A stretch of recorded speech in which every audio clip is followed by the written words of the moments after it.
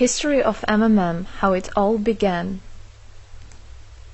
Starting up of MMM, in 1989, Moscow Executive Committee in Leninsky district registered MMM as a cooperative society. It is in Russia. A few words about the leader. The MMM Cooperative Society was founded by Sergei Mavrodi and was one of the leading computer equipment distributors in Russia. Sergei Mavrodi, having a degree in maths, worked as a programmer and took part in the development of the first operating systems. A few words about his decision to make his own company is the fact that having worked as a simple worker from 8 to 5, he understood that freedom is the most important for him, because that work of 8 to 5 is literally a slavery. At any point, at any time, the company can throw you out and you'll be left without nothing, although you could have worked in that company for years and years. So he realized it. This is why he decided to create his own child, and he knew whatever his efforts will be, it will come back to him in form of dividends and income. Free of charge travel campaign.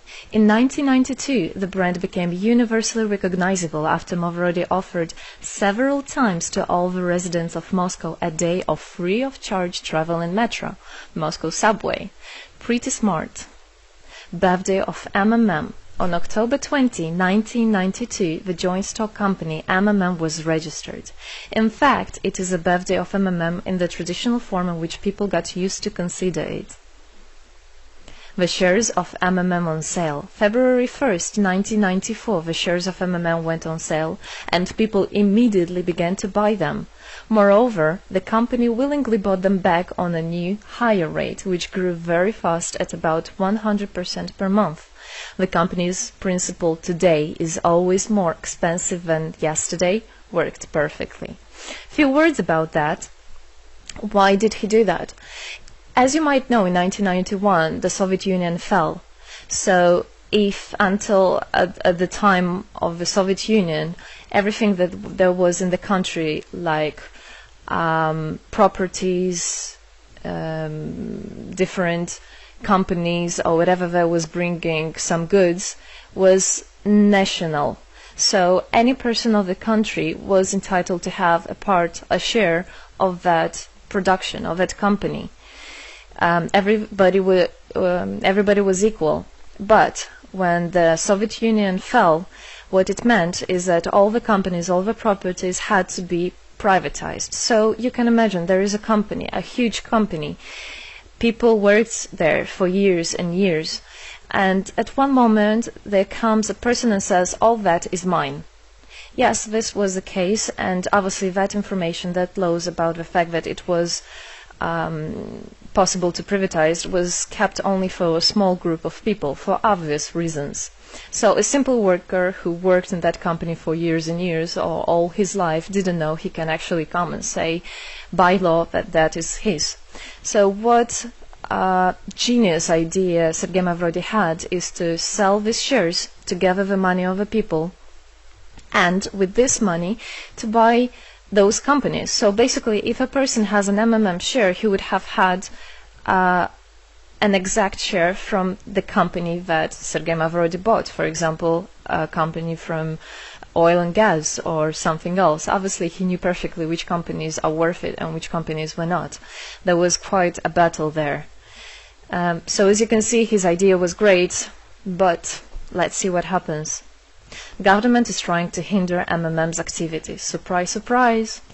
Planned by the Russian government, MMM 94 was intentionally collapsed. It began when tax inspectors accompanied by OMON officers passed through the crowd of depositors and went inside the central office of the company to give a notice about the planned tax inspection.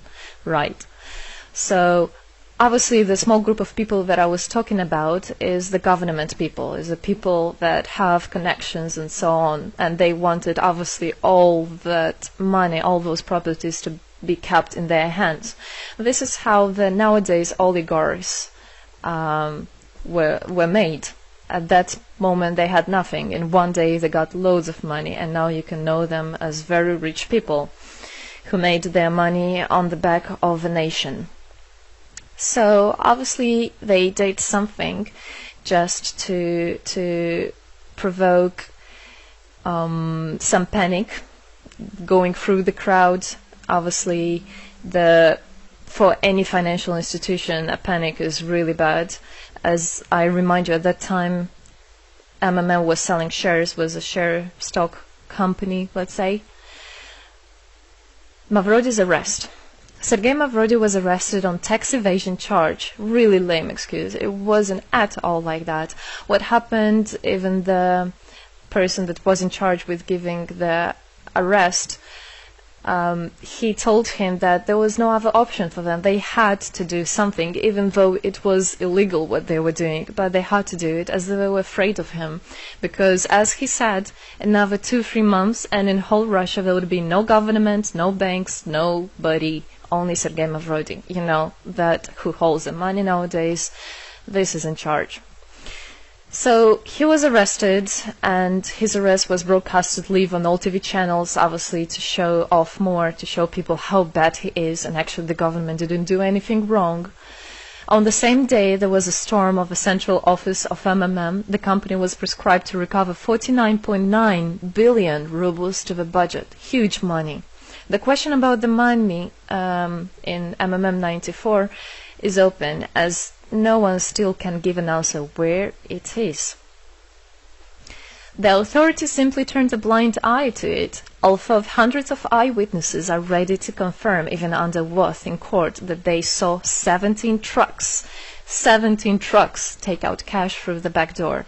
So unfortunately at that time there was no internet, no bitcoins, no other internet wallets, and all the money were obviously kept in cash in the MMM offices. And the government took advantage of it. They just came, took it out, and then they said nothing.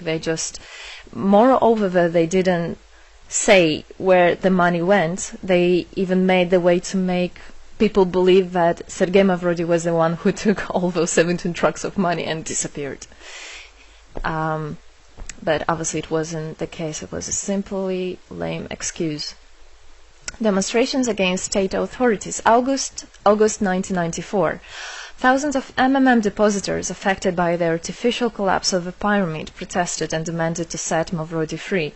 Actually, Mavrody could have used his powers and do huge, bigger protests, but he decided not to do that, as that would made as obvious a different protests of this type. There could be people injured or even killed, so he decided not to use people in this purpose.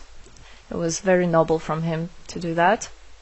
MMM leader became a deputy. However, he found a way to get out of the prison. Being imprisoned, Sergei Mavrody had managed to register as a candidate for a deputy of the State Duma and was released from prison. He won the elections by a landslide and became the deputy of the State Duma of the first convocation. So, as a deputy in Russia, they have privileges. This is why, becoming a deputy, he was set free. The State Duma is against Mavrody. Surprise, surprise! The State Duma deputies deprived Sergei Mavrody of his deputy plenary powers due to his permanent absence at the Duma's meetings. That incident was the only one in New Russia's history. Sergei Mavrody wasn't interested at all in politics. It's not, he hates politics, as he said it many times. So he became a deputy only for the reason to get out of a prison. That's it. He wasn't interested to go at their meetings, as he himself considered as well the people there as being quite silly and not worthy to spend time with. But this was another lame excuse for them to deprive him by saying that he is absent. A candidate for presidency. The Central Election Commission registered the authorized representatives of the initiative group that had nominated Mavrody as a candidate for the President of Russia, but subsequently rejected a significant part of the signatures in the support of a candidate, and his registration was renounced. So, for obvious reasons, they did that again. They weren't interested into having a fair president, a fair leader on top of their head. Revival of MMM, January 2011. Sergei Mavrody renounced launching a new launching a new project of MMM 2011. Together we change the world. Previously, there were simply no analogs of similar systems in the world. The film about MMM, the launch of a project fell in the same time interval with the release of Russian film about MMM Pyramid, the plot of which is based on the eponymous book in which the history of MMM is disclosed by Sergei Mavrodi. So he wrote a book, and there is a movie which I highly recommend you to watch. You can find it online on YouTube. MMM is building a new, fair financial order. June 2012, the activity of MMM made a lot of banks collapse and a huge outflow of funds from deposit accounts happened. The system numbered more than 35 million members at the time. For obvious reasons, the fight against the system started. It suffered the same fate as MMM 94, eventually collapsed. So what happened? A lot of banks, as I already said, had a huge outflow, and another minus of the system of that time was that it wasn't really quite a community, because the money was still kept by the managers in MMM. So it wasn't the same idea as it is now, comparing it now, where people exchange money between themselves. You don't need to put it in a central account. At that time, there were central accounts, and it was again used by the banks. They simply blocked those accounts that they identified as being of MMM and took all the money away, and that's it. There were no other discussion about that. Again, huge loss of money. People lost a lot of money. Sergei Mavrodi didn't get all of them. It was again the banks that took the advantage of it. MMM 2012 is just the beginning. I'll be back. Sergei Mavrodi announced the launch of a completely new MMM, World Mutual Aid Fund, MMM community. It speeded up since the first day, showing crazy dynamics on new members' registration. It has been decided to send 10% of the whole turnover on payments to the affected members of MMM 2011. So again, another genius idea. In order not to make central accounts, in order not to gather the money somewhere, now the money are spread directly between participant itself. You can just check in your account online whom you should transfer the money to. So MMM now is connecting all the people between themselves in exchange, so that they can exchange the money and get benefits of it. It's amazing and it's crazy, but it is true. MMM is growing. Some short facts. 2012, MMM started its development in India. It had great, huge developments. 2012-2013, following India, MMM Bangladesh was launched as well. 2013, MMM Indonesia was launched. 2014, MMM Hong Kong. And it's not the end. MMM Global, 2014. MMM Global started up in the spring 2014. It is a voluntary network, a community of millions and millions of people from more than 100 countries worldwide. So there is already MMM settled in Argentina, Brazil, Philippines, Hong Kong and other, and all the rest of people in the world from all the countries of the world are able to participate as well. So they rebelled against the financial slavery and combined their money for this purpose. So how it is possible? MMM, the Republic of Bitcoin. Bitcoin is another genius idea to set the world free. For MMM Global participants' convenience, there were some 20 ideas on funds transfers implemented.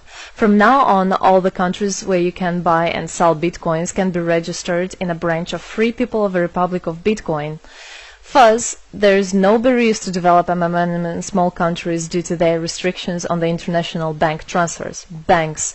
This is not something that we would want to use, as the banks can anytime put restriction on an account or even block an account and take all the money. Yes, the banks can do that. Read better your contract.